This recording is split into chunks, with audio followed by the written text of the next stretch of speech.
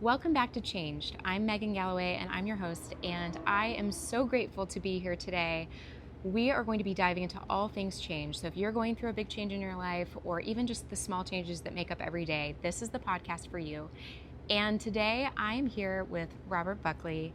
I am so excited to be here. We are in Scottsdale, Arizona, and I'm so excited to be here with you, Robert. Robert is the Chief People Architect at an incredible company called Invada Biosciences. He is also a great mentor of mine, like one of the best chief people officers I have ever met in my career, very genuinely.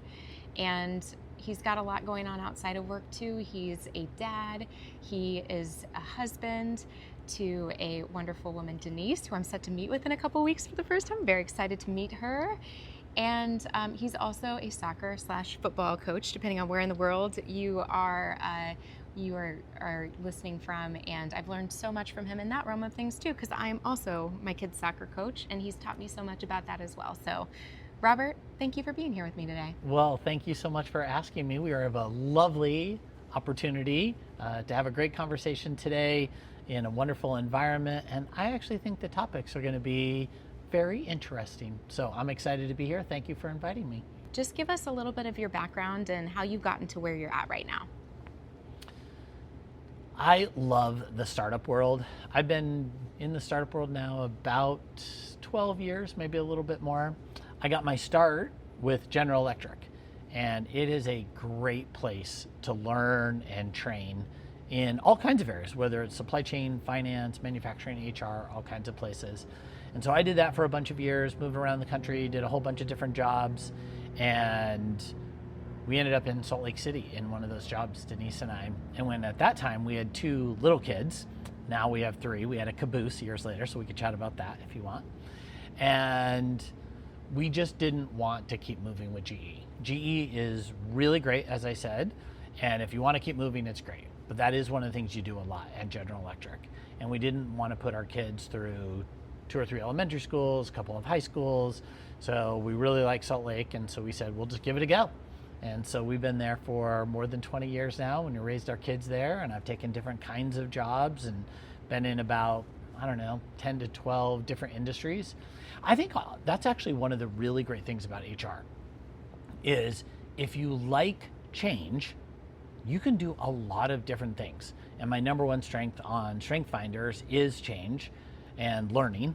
And so trying new things, failing, learning, I love. And so I've just been in all these different places and I've learned a lot and hopefully contributed a lot.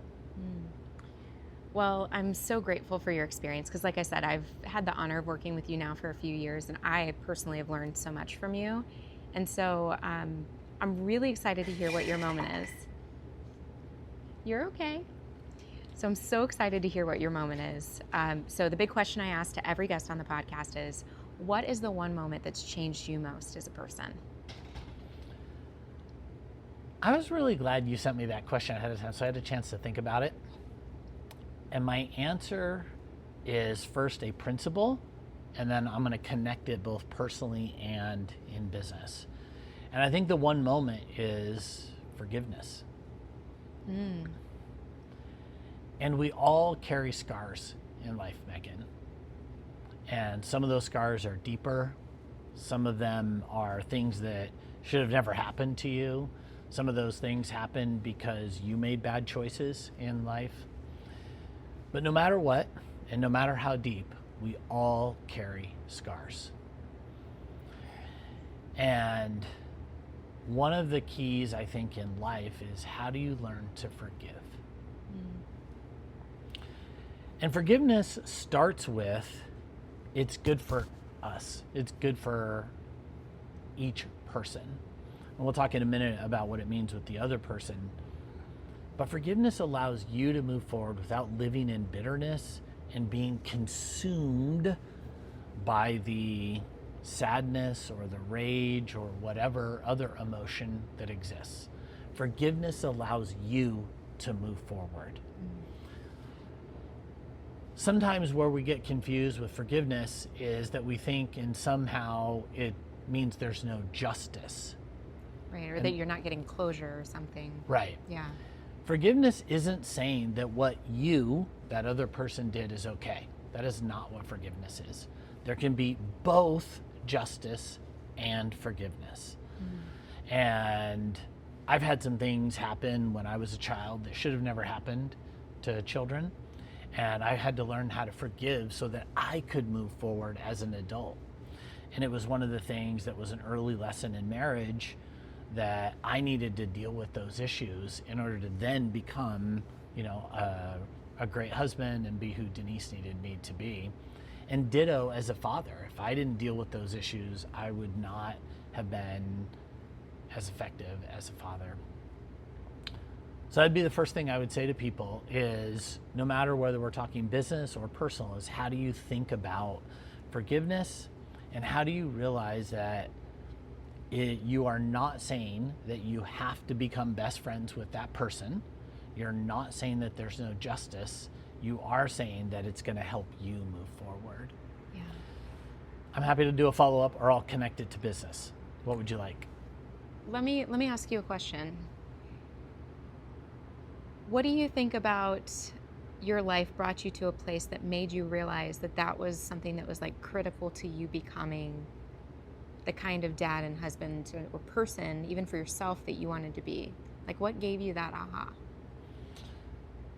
So we got married in 1993. And as young married people do, they end up with children often.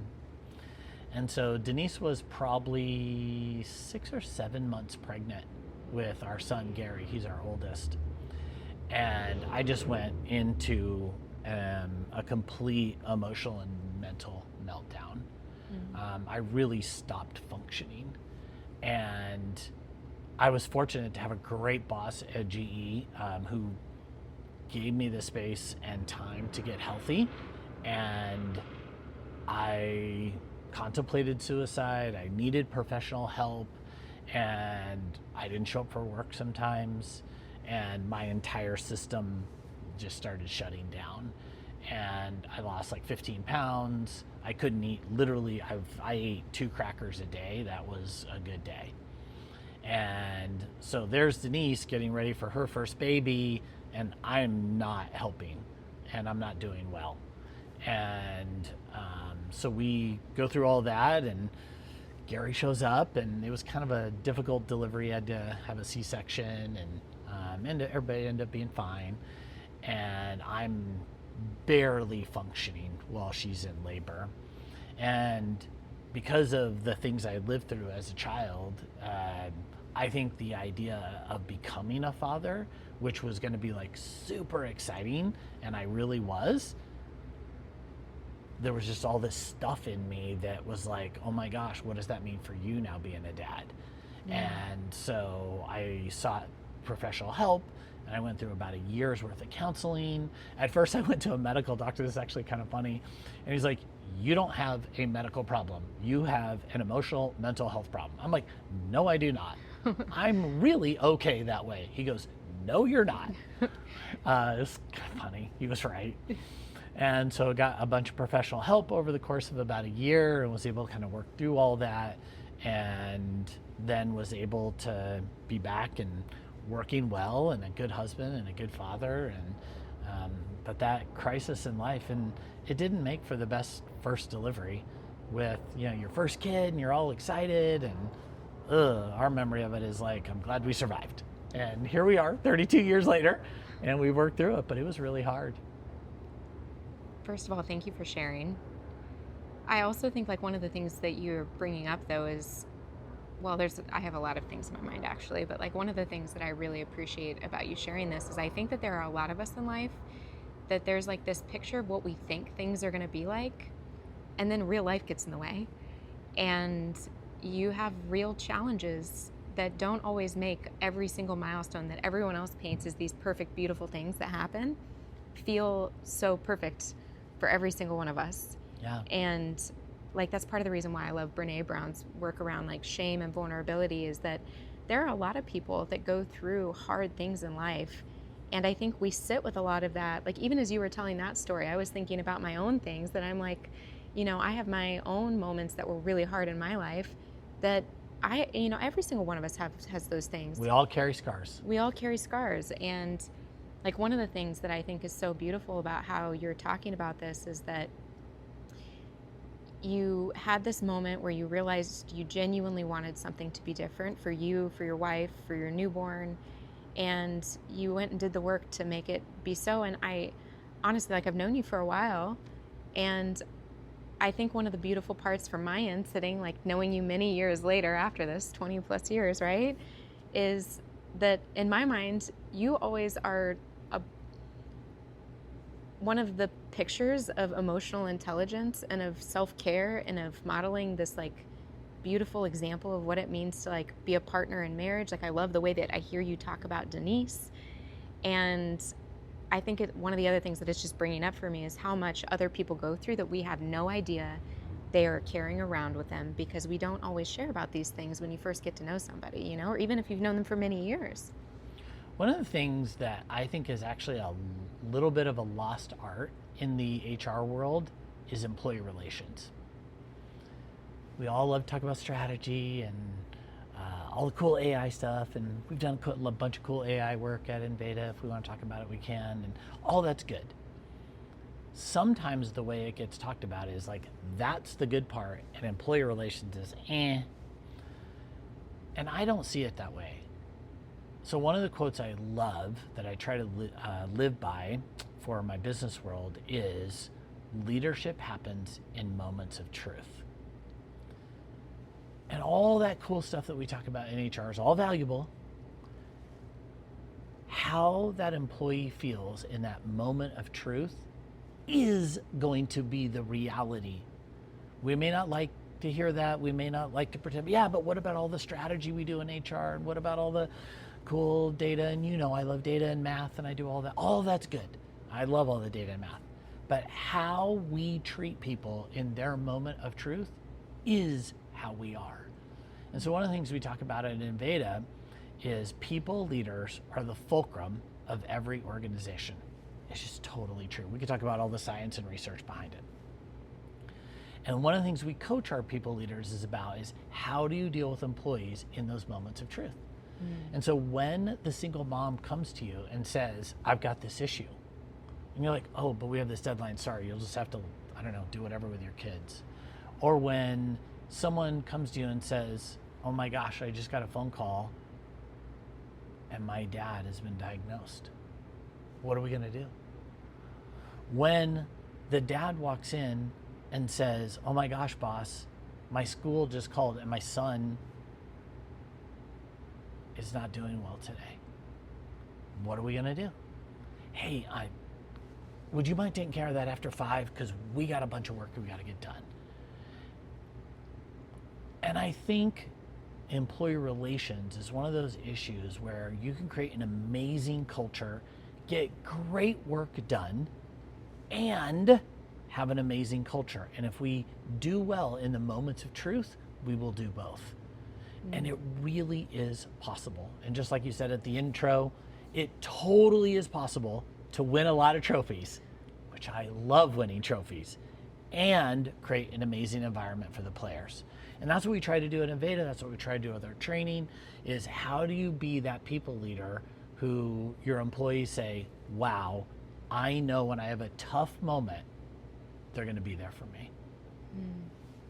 Well, and I think that that's one of the things that I've really enjoyed about learning from you is how much stepping up in those moments leads to great results. And it's not necessarily about always just leading with that results first mindset, but that, like, I want you to tell the saying that you say all the time to me.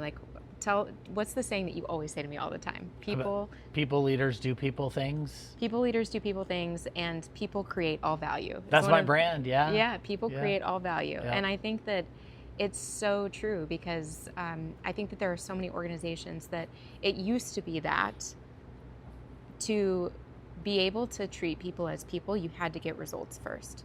And now there's been a dramatic shift where more and more people are realizing people create all value. And when we put people first, the value follows. Even though it feels riskier, I think, for a lot of people to go that route, because it's not what most folks have done traditionally in a corporate setting? The AI didn't just show up overnight.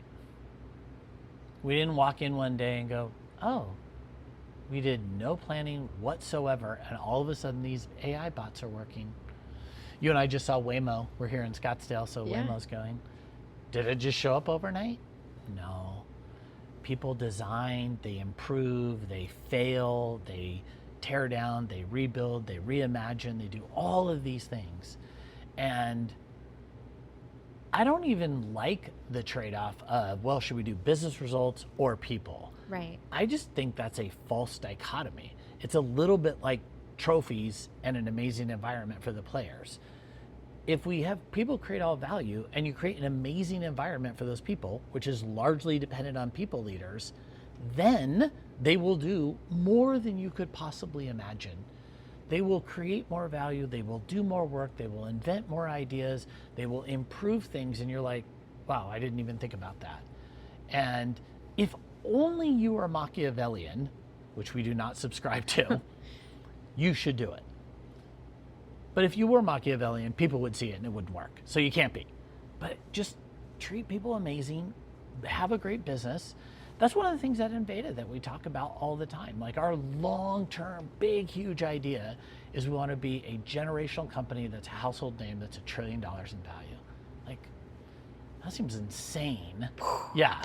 However, I think we can do it. And we're going to do it not just because we have really bright people and we're going to use all the latest technology and our new ideas, all that. It's because we're going to create these environments, our culture, that allows people to just thrive and be amazing. And so that's why we do leadership development. It's why we do the topics we do in leadership development. Yeah, that's the outcome of all that. But we say this all the time. If we got there and we didn't actually enjoy the journey or treat people well, it would be hollow and empty. But we don't have to. We can get there and make it a great place to work that people look back and go, that was so much fun, and look what we got to do. I mean, you and I have talked about this a little bit offline because I've asked you some of these questions before just out of my pure curiosity, and I want listeners to be able to hear this too. Like, you've been on a rocket ship the last few years at Inveda. Like, you all have scaled so quickly. Just in the last month or so, at the time of recording this, you all have raised a Series D round of funding. You've hit unicorn status, $1 billion in valuation. That's absolutely amazing. I've asked you this question before offline, but I want to hear it again, like, you know, for the world to hear. Yeah. What do you think has been like the secret sauce to the success of that growth as Inveda has just so rapidly scaled in the last several years? I'll use this as the chance to connect forgiveness into the business world. I don't know, maybe 2 years ago now, I can't remember exactly when, the executive team of Inveda, we call ourselves the S team. S just means senior. We don't need big fancy titles. We were sitting around, and one of the cultural things that was a big challenge at that time was matrix management. So today, and it was relatively true back then too, about half the company is in India, about half the company is in the United States. We have about 10, 12 people spread around the world, but mostly that's the big poles. And India is not like America. Who'd have thunk? And they have different cultures, and they have different ways they think about things, and the way they do business can be different. And so how do we get both of these really great poles to work well together? Often what we do in business is like, oh, that person's not like me. So it's kind of like, you know, and it's not necessarily a dislike because they're different. It's just like, well, I think this is the right way to make decisions and do science. In our case, it could be build software or whatever it is. And it's just like, can we just do it my way? And so it's not a thing where I don't like people who are different than me. And so we had that at Inveda. It's just like, oh, well, they do it differently. Will you do it the way? Can I do it the way? What do we do? And so we're sitting around with the S team, and I said, you know, matrix management is a lot like forgiveness. Who's going to take the first step? That's what it is. Forgiveness is who's going to take the first step. And as wonderful as your husband is, I'll bet you there's been moments when Sean didn't exactly behave the way you were hoping. Nope, but vice versa too. I was just going to say that. Same with me and Denise. Same with all of us out there, right? And what do you do in those moments? I could go to my corner. Denise could go to her corner. The Indians at Inveda in India could go to their corner, and the Americans in America could go to their corner, and we could just, we could do that. That's always an option. It's not very effective, though. And forgiveness is largely about who's willing to take the first step. And so when you and Sean come back together, one of you has said, I'm going to put myself not in first position. And I'm going to say, honey, I didn't do that right. Can we talk about that again? And the same thing here. Are we going to say, well, the USA is the headquarters? Or are we going to say, you know what? They probably know a few things over there in India. Maybe we should listen first. And so that's what we've worked on over the last kind of 2 years is how do we think about matrix management? And so we built, I think it's 5 or 6 principles that we've now articulated, and all the sides share, and we all talk about it on both sides of the ocean. And we've also done some structural things to make it better as well.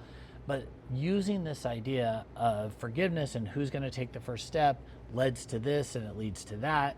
And now in meetings, is it all halcyon and perfect? Of course not. Just like as wonderful as Denise is, we'll probably have a disagreement between now and Christmas, I would guess. And one of us will take the first step. And same thing at Inveda. Who's going to take the first step? And we're way better off today than we were 2 years ago. And I think that's an answer to your question of, how have we done this rocket ship and what does it mean? How have we added all these people and still have a pretty dang good culture?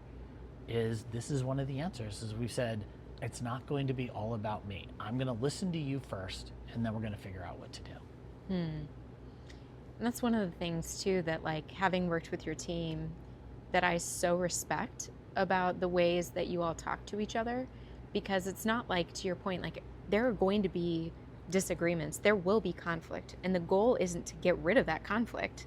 The goal is to say, okay, now how do we approach this in a way that lets everybody feel seen, lets everyone get their ideas out there, and then lets us choose together how we want to move forward. And you all model that exceptionally well. And I know it didn't just happen overnight. It takes so much intentionality and effort and constantly revisiting those rules to say, this is how we want to choose to be. This is how we want to model it within the team and then beyond our team to lead into this great culture. But it's continued, and you all have scaled so quickly, and it seems as though you're able to hold on to those values so closely. And it's amazing, because a lot of companies really struggle with that when you get to that place of scale. One of the things we talk about is there's nothing unique about Inveda having values. Nothing. Every company has them. What is unique about Inveda is that we put a premium on that you actually have to live those values. So we only have 5. Everybody can memorize 5. You can't do more than 5. And we do have about a dozen leadership principles, which isn't just for people leaders. It's how do we all want to show up every day? But for the values, it's just 5. We actually try to live it. It's part of our language. You can go anywhere in Inveda in the world, and on any given day, you'll hear things like over-communicate by default, kind honesty, and other language that we use. I'll tell you one other structural thing that we do, Megan, and you know this from hanging out with us. Maybe up to half, if it's not half, it's just slightly under, of the time we, the S team, spend together, like we will over the next week here in Scottsdale, is going to be fun. Not, quote, work. It's building relationships. It's eating together. It's cooking together. It's watching a Bollywood movie together. It's playing games. It's hanging out. And we do that because if we don't have trust, then how can we do all those other things? Our number one leadership principle is around trust.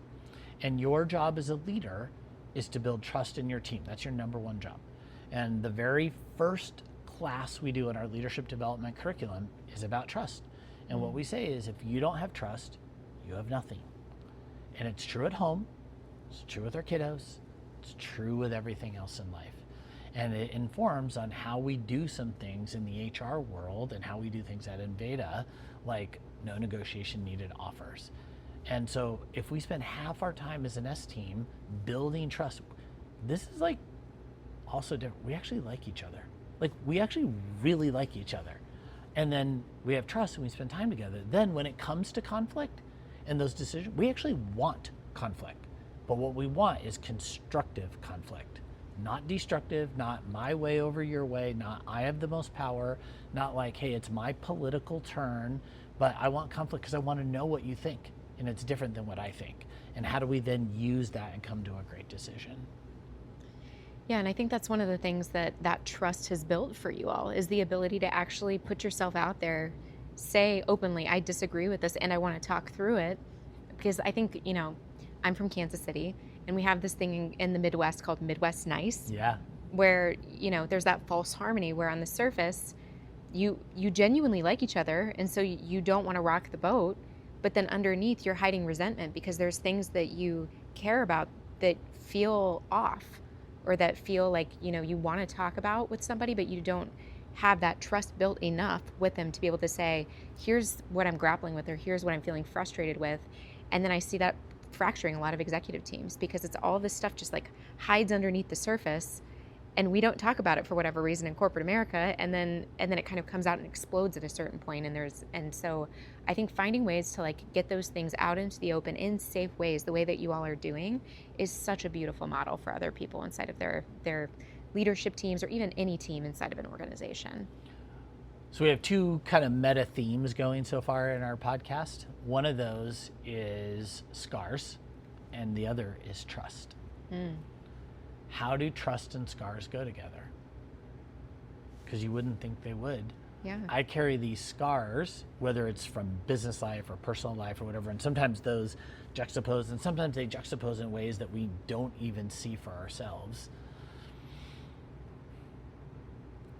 And yet if we don't deal with those two meta themes together, we will always have a little bit of dysfunction going on. Whether it's false harmony, or whether it's politics, or whether it's go along, get along. We have lots of ways we could talk about what it manifests. What if the world could be different? What if the world could be, I acknowledge the scars that I bring to the table, and I acknowledge your scars that you brought to the table, and I choose to take the first step and trust. What would the world look like? And I want to say again, that doesn't mean there's no justice. Right. There is justice, and there are things in life that have to be dealt with. And I'm not saying that we don't deal with those things. I am saying that there can be a world where we deal with trust and scars together, and we still learn to operate well. Yeah, and I think that one of the things that is such a tendency of someone after they have those, like, if hard things happen to every single one of us, right? They do. And like I'll give you a really personal example. I went through some health challenges, which you know about, that I've talked a little bit on camera, not a lot, but went through some really hard health challenges last year where I lost a lot of the function of the lower half of my body. And as a result of having months of like limited function in my legs, there were many months afterwards where I didn't trust my body. Like, I had constant fear of like waking up the next day of like, what if nothing works again? Like, even as I was improving. And I think that happens a lot too in like our relationships, right? When you get hurt from somebody else, whether it's work or personal. And like sometimes, especially when trust is broken, sometimes I have like this mental image of like building a brick wall in front of somebody. Yeah. Because I feel like because trust has been broken, I want to like shield myself. But one of the things that I've kind of realized is I've, been getting more life experiences, and as I've had kids, and I've been married for 11 years and gone through different businesses, different types of businesses inside of my work experiences, the more that I build those walls, the more that I trap myself in. And so like, I think that comment that you're making about like trust, even despite your scars, is such a hard thing, because I think our natural tendency is to close ourselves off. Like, we want to distrust when we've been hurt. But like, when you can take that path over towards the forgiveness that you're talking about, I feel like that's been one of the ways that I've found more fulfillment in my life, is because even though it's terrifying to put yourself out there after you've been hurt, you learn how to, again, like, it's not like there's never any justice for things or what have you, or you can't get closure, but it allows you to move into a different person that you want to become, I guess, is how I've been experiencing that. The lack of forgiveness creates a prison cell. Yeah. Who's in the prison? Yeah, us. Yeah. We are. And we think we're putting the other person in the prison, but we're not. We're putting ourselves in. And so the way to think about this trust and scars and the way you're talking about it is not to say, well, I can't trust anybody. So forgiveness and trust is not saying that we need to go trust untrustworthy people and we need to get hurt again. That is not what we're saying. What we are saying is, could I turn away from that situation, get out of the prison cell, and find a business, a group of people, a friends, family, whatever you want to call it, that I can build trust with. Yeah. And so there's no obligation to get out of the lack of forgiveness cell to get hurt. There is, though, if we want to move forward ourselves, is to say, but it doesn't have to be that way with everybody. I know I'm hurt, and those hurts are real. And, not but, and can I go find other people that I can build with? And maybe that's personal, maybe it's professional, maybe it's whatever. And if we can find a way to live like that, I think we can build better businesses, we can treat our employees better, and I think in our personal lives we can have a more fulfilling situation where we both acknowledge this over here, and it says, I'm going to go over here and build again. Yeah. Well, and I feel like that rebuilding process, it's healing once you've crossed that bridge and you've gotten into that place and you kind of get into a space where then you realize, there are a lot of really amazing people in this world, and also everybody makes mistakes. And so I feel like once you go through that healing process, you get new perspectives on things that have happened in the past that allow you to, it's not like you have to forget it all, right? But it allows you to move on in new ways the more you explore different ways of trusting again. Asking you a question, even though you're the host. Yes. So thinking about scars and trust, I'm guessing you wouldn't say, oh, can I go relive the last 18 months with those health challenges?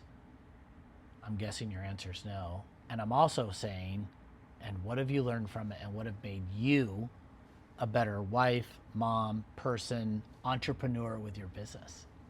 Yeah, I mean, I'm so great. Like, to your point, would I relive it? No, thank you. It was hard. But gosh, I'm so grateful that I went through that experience, because the first thing is it almost makes me feel a little bit emotional. My husband, Sean, is the best partner in the world that I could ever ask for. And the ways that he stepped up when I was having such a hard time has forever changed our marriage for the better, because he was there in every way I needed him without me even having to ask. And I don't know how he knew exactly what to do. I don't think he knew exactly how he knew it either, but he just figured out the best ways to support me and made me feel so seen and empathized with me and just carried us through that really hard time in a way that truly changed our marriage for the better. And it was already a great marriage to begin with, so I'm so grateful for him. And then to your point, one of the things that I'm really grateful for through that experience is now every time I walk through an airport, or I get to go on a run, which is a beautiful thing, or I get to go to the gym and lift weights, my constant thought is what a beautiful thing to be in an able body. And I think that even being here with you all, what a beautiful thing to have an able body to come do this work that I love with people that I genuinely enjoy. I just have so much more gratitude in my life after going through that experience. And it's not that I didn't have it before, but I wouldn't have had it in this way had I not gone through that experience. The very last class in our leadership development curriculum at Inveda is gratitude. And I called up our mutual friend, Mr. Arntz, I don't know, 2-3 years ago, and he had me read some books, and he and I were just chatting on things. And I said, hey, Steve, why don't we build a class on gratitude?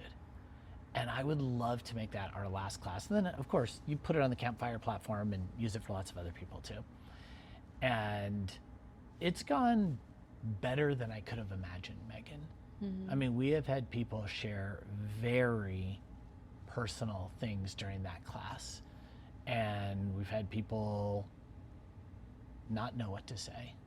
We've had people cry. We've had people say, this is what it does for me. My coworkers treat me this way, and it makes me feel like, and I think like Scars and Trust, living a life of gratitude frees us.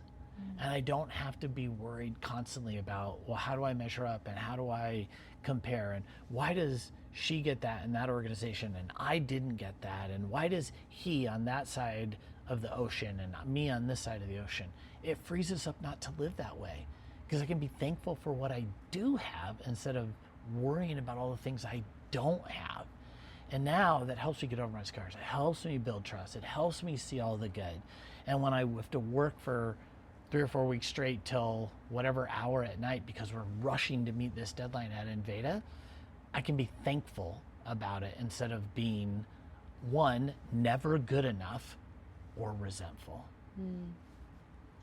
Robert, thank you so much for being here with me today. This has been beautiful conversation. We always have great conversation, but this took it to a whole nother level. I would love to do the speed round with you really quickly. Let's do it. Okay. So the first question is, what is one thing that you used to hate, but now you love it? Well, because we are here in Scottsdale and we have someone who's a chef that comes often to these kind of events and helps us, she says, Robert, you're actually starting to eat spicy food. I'm a super bland eater. And the other day we were together, I was in Colorado and she was there and she goes, you ate that? Her name is Chef Anna. And she goes, I said, yeah, that was really good. She goes, I am so proud of you. A year ago, you wouldn't have touched that. That is so amazing. I was very similar to you. I grew up in Kansas. Yeah, meat and potatoes. That's how I grew up. And I love meat and potatoes. And then I met Sean and he was like, okay, I love spicy food. We're going to go have all sorts of different types of spicy food. And now I love spicy foods. It's so funny how your taste buds change. Yeah. That's so great. Is there a book or a movie that's changed your perspective dramatically? Well, since we're talking about relationships, if you have been married more than a year, I would recommend the book Severe Mercy.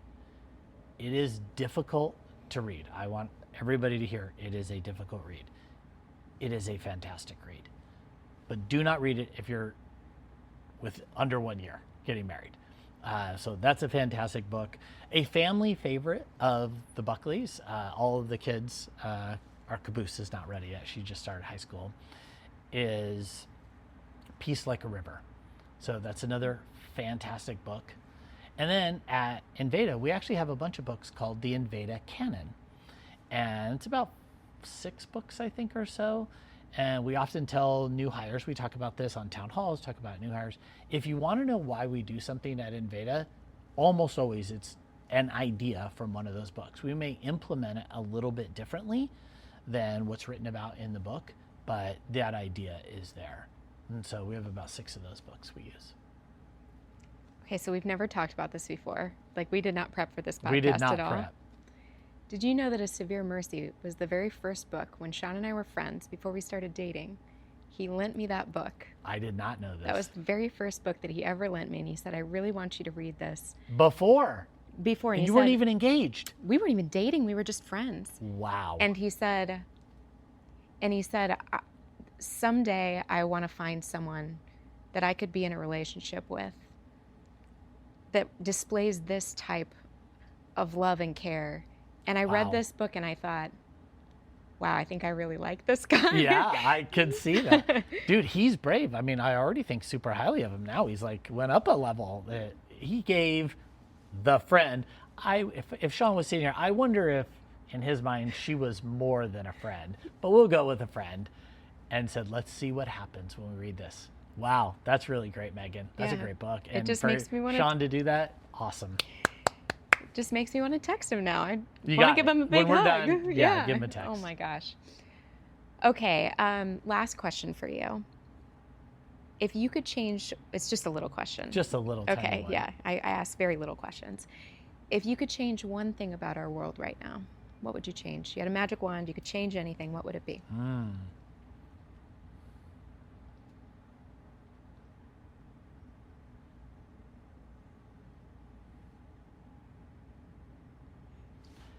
I mean, picking up on our themes that we see, that we've had so far with forgiveness and trust and scars, is that I'd like us to think in and instead of or.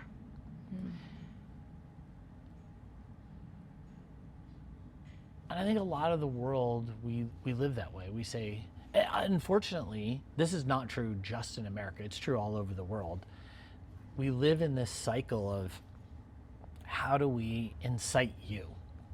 And if you're different than me, then you're a bad person. If you think differently than me, if you vote differently than me, if you lean this way on something and I lean that way. And we're in this world where all of a sudden now, like, we can't even work together. Like, I can't even be in your presence. Right. Because you're like, somehow you're on that side, whatever side that is. And that's not to say, just like we've said through the whole podcast, there won't be disagreements and there won't be things. I'll give you a really great example, the environment. If I'm over on this side, I look over there and I say, you're the horrible people and I have all my reasons. And if I'm on this side, I look over there and I go, you're all the horrible people for those reasons. Couldn't it possibly be, though, that there's 100 things we could agree on? We can still agree to disagree. That's okay. I'm not saying you can't ever disagree. You should. There will be disagreement. But could we instead say, well, let's find the 10 things we can collaborate on and we'll focus on those, instead of saying, well, because it's different, I therefore will do nothing with you. Right. And unfortunately, that's what we see all over the world. So let's live in a world of and instead of a world of or. That's a beautiful answer. Thank you very much. Robert, thank you so much for coming onto the podcast. Thanks for inviting me. It's always joyful to spend time with Megan Galloway. Right back at you. If someone wants to learn more about you or Enveda and the work that you're doing there, where's the best place to find out more? The only place to find me is LinkedIn. So I have no social media accounts. I've never had a social media account. That's a whole nother story, maybe another podcast someday.